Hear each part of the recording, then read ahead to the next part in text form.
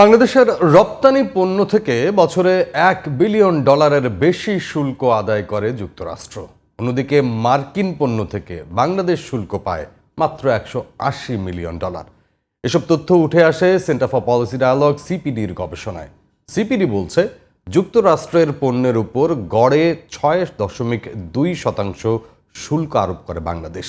বিপরীতে বাংলাদেশি পণ্যে গড়ে 15.1% শুল্ক পায় যুক্তরাষ্ট্র। নাইম কামালের রিপোর্ট। বাংলাদেশের রপ্তানি বাণিজ্য যুক্তরাষ্ট্রের অর্থনীতিতে গুরুত্বপূর্ণ ভূমিকা রাখলেও দুদেশের মধ্যে শুল্ক নীতি ও বাণিজ্যে বড় ধরনের পার্থক্য রয়েছে বলে তথ্য প্রকাশ করেছে বেসরকারি গবেষণা সংস্থা centre for policy dialogue CPD. বৃহস্পতিবার ঢাকার লেকশোর হোটেলে Trump reciprocal tariff and Bangladesh implications and response শীর্ষক সংলাপের আয়োজন করেছিল সংস্থাটি। সিপিডির হিসেবে বাংলাদেশি পণ্যে যুক্তরাষ্ট্র প্রতি বছর শুল্ক আদায় করছে $1 বিলিয়ন বেশি, যা বাংলাদেশের জন্য একদিকে যেমন আর্থিক চাপের কারণ, অন্যদিকে বৈষম্যমূলক বাণিজ্য পরিস্থিতিরও প্রতিফলন।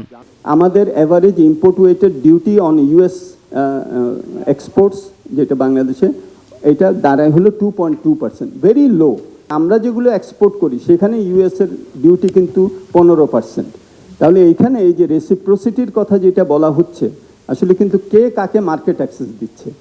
আমি ডিউটি বসাচ্ছি হলো 2%, আর আমার এক্সপোর্টের উপর ডিউটি বসানো হচ্ছে হলো 15%। টিকফা চুক্তির মাধ্যমে যুক্তরাষ্ট্রের সঙ্গে সম্পৃক্ততা সহ কৌশলগত বিকল্প খুঁজে বের করার পাশাপাশি সংকট মোকাবেলায় ভিয়েতনামের মতো দেশগুলোর ব্যাপারে মার্কিন শুল্কের প্রভাব নিবিড়ভাবে পর্যবেক্ষণের সুপারিশ করেছে বক্তারা।